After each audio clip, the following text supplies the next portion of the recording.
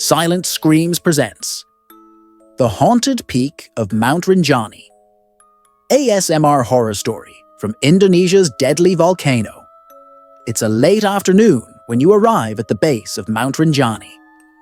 You've heard the stories, of course. Everyone has. The volcano, with its towering slopes and mysterious crater lake, is one of Indonesia's most famous landmarks. But it's also infamous for something else, something much darker. The legends of restless spirits, mysterious disappearances, and the eerie sounds that echo through the night. You couldn't possibly believe them, could you? After all, you're here to conquer the mountain, to reach the summit and see the world from a place few have dared to go. The air is thick with humidity, and the scent of damp earth clings to the breeze. You take a deep breath, feeling the weight of your backpack as you look up at the towering peak of Rinjani. The clouds above swirl ominously, casting long shadows over the landscape. Your guide, an experienced climber who's made this trip countless times, looks over at you. "We'll be fine," he says with a strained smile, though there's something in his eyes. A flicker of hesitation, maybe fear. You ignore it. After all, this is just another mountain, right? The hike begins. As you ascend, the dense jungle gives way to rocky terrain, and the air grows thinner. Each step feels heavier. The path is winding, narrow, and overgrown with thick vines that seem to reach out, almost as if they're trying to hold you back. Every now and then, you hear something faint in the distance just beyond the trees. Footsteps. But when you stop, there's nothing. "Just the wind," your guide mutters. But you can't shake the feeling that something is watching. As dusk begins to fall, the atmosphere shifts. The mountain seems to grow more silent, the air heavier, as though the very ground beneath your feet is holding its breath. Your guide stops abruptly, turning to face you with a grim expression. "We camp here for the night," he says. "It's dangerous to climb in the dark." You nod, though you can't help but notice how the shadows seem to stretch longer than they should, creeping up the cliffs as though the mountain itself is alive. The fire crackles, but the warmth from the flames feels strangely distant, as if the coldness of the mountain is slowly seeping into your bones. It's then that you hear it, a whisper.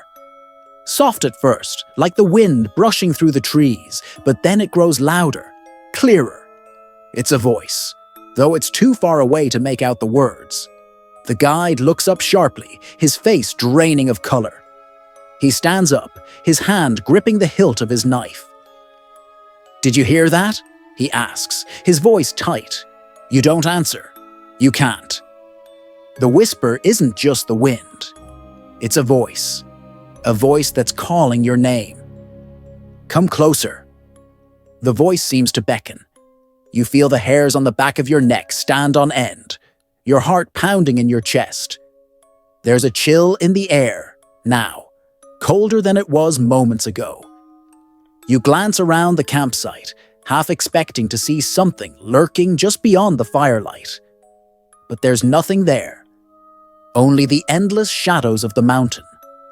Your guide shudders and mutters something under his breath, in a language you don't understand. He quickly pulls you closer to the fire, his eyes darting nervously in all directions. "We need to leave," he says urgently. "We shouldn't be here. The mountain is angry." You want to ask him what he means, but before you can speak, a loud crack splits the air, and the ground beneath you trembles. The fire flickers and goes out, plunging you into darkness. For a moment, all you can hear is the pounding of your own heart, and then that voice again. Closer now, much closer. "Turn back." The whisper is soft, but it carries with it an undeniable urgency. Your guide jumps up, grabbing your arm and pulling you in the opposite direction. "We have to go. Now." You follow him, your legs moving faster than they ever have before. Your breath comes in ragged gasps as you sprint through the darkness, the sound of your footsteps muffled by the thick vegetation. You can still hear the voice, calling out from somewhere in the distance. But now, it's no longer just one voice. There are more. At first, it sounds like a chorus of whispers, overlapping, indistinct. But then, you hear a single voice rise above the rest, clear and unmistakable. It's the voice of a man, raspy, breathless. "Help me." You freeze, the words echoing in your ears. They sound so real, so close. You turn to look at your guide, but he's already several steps ahead of you.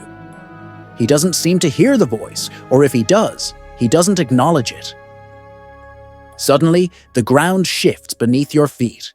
The path you've been following disappears, replaced by a steep drop into a chasm below. You stumble, nearly losing your balance as you edge back. The whispers grow louder now, filling the air with an unsettling pressure. From the shaw,